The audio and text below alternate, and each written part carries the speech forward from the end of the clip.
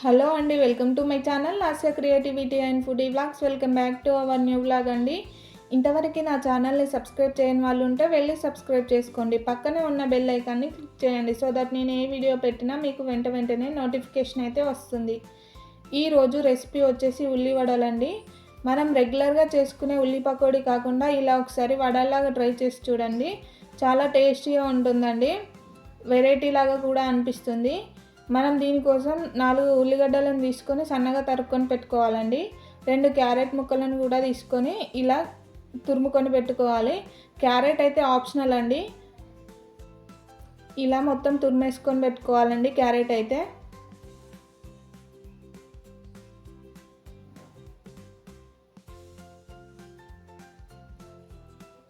రెండు పచ్చిమిర్చిని ఇలా చిన్నగా కట్ చేసుకొని పెట్టుకోవాలి.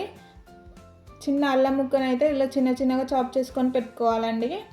ఇప్పుడు మనం ముందుగా తరిగి పెట్టుకున్న ఉల్లిగడ్డలని ఇలా విడదీసుకోవాలి. ఈ వాటర్ తోటే మనం పిండి అనేది కలుపుకోవచ్చండి. క్యారెట్లో ఉన్న వాటరు ఆనియన్స్లో ఉన్న వాటర్తోనే ఈ పిండి మొత్తం కలిసిపోతుంది, వేరే యాడ్ చేయాల్సిన అవసరం లేదు వాటర్ని.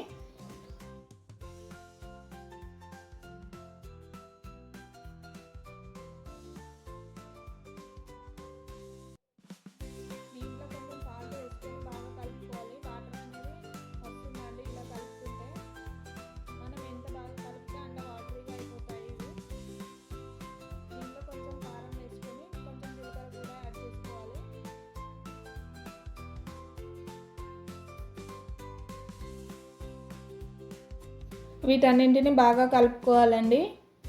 ఇప్పుడు మనం కొద్దిగా పిండి వేసుకుంటూ ఒక ముద్దలాగా చేసుకోవాలి, చపాతీ ముద్దలాగా. ఈ విధంగా కలుపుతుంటే వాటిలో ఉన్న వాటర్ తోటే పిండి అనేది ముద్దలాగా అయిపోతుందండి, వేరే వాటర్ యాడ్ చేయాల్సిన అవసరం ఏమి ఉండదు. వీటిని ఒక 5 మినిట్స్ పక్క పెడితే ఇంకో కొంచెం వాటర్ అయితే ఇంక్రీజ్ అవుతుందండి.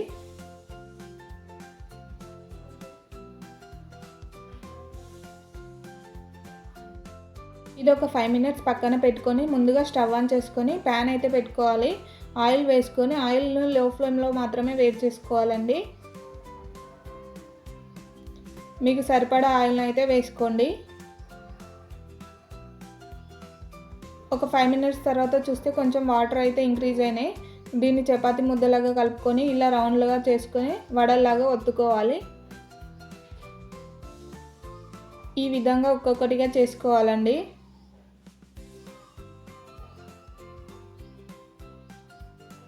బాగా పలచగా చేసుకోకుండా కొంచెం మీడియంగా అయితే ఒత్తుకోవాలండి, బాగా మందం కూడా ఒత్తుకోకూడదు.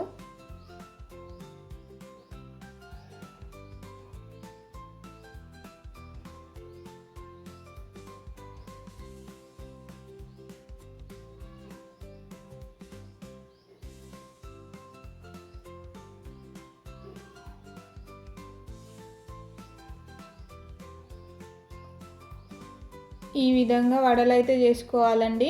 మనం పిండి అనేది కొంచెం తక్కువ క్వాంటిటీతో వేసుకోవాలండి. ఆనియన్స్ ఎక్కువ ఉంటే టేస్ట్ అయితే చాలా బాగుంటుంది, పిండి తక్కువగా ఉండాలి.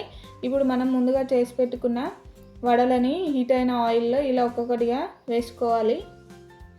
లో ఫ్లేమ్లో మాత్రమే ఫ్రై చేసుకోవాలండి.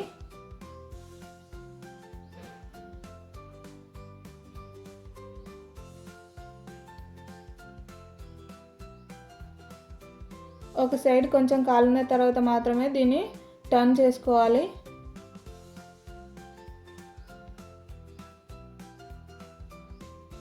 ఈ విధంగా ఒక్కొక్కటిగా టర్న్ చేసుకుంటూ మంచిగా కాల్చుకోవాలి.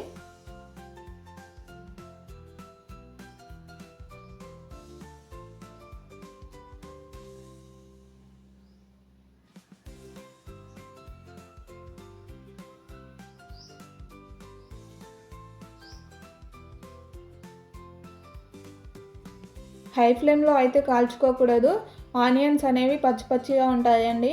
లో ఫ్లేమ్లో కూడా కాల్చుకోకూడదు, ఆయిల్ని అయితే ఎక్కువగా పీల్చుకుంటాయి. ఇలా మీడియం ఫ్లేమ్లో ఈ కలర్కి వచ్చేలాగా కాల్చుకోవాలి. ఇలా అన్ని వడలని కాల్చుకోవాలండి.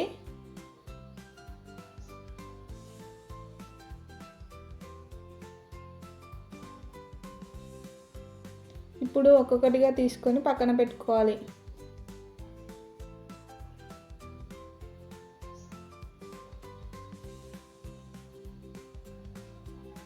మనం రెగ్యులర్గా చేసుకునే పకోడీని కాకుండా ఇలా వడల్లాగా చేసుకుంటే కొంచెం వెరైటీగా ఉంటుంది. తినడానికి కూడా టేస్ట్ అయితే చాలా బాగుంటుందండి. ఈ విధంగా అన్నీ కాల్చుకొని టమాటో కెచప్తో తింటే టేస్ట్ అయితే చాలా బాగుంటుందండి. బయట క్రిస్పీగా లోపల మెత్తగా చాలా బాగుంటాయి టేస్ట్ అయితే. అంతే అండి ఈ video. Thank you for watching. Please do subscribe to my channel. Press the bell icon for more updates.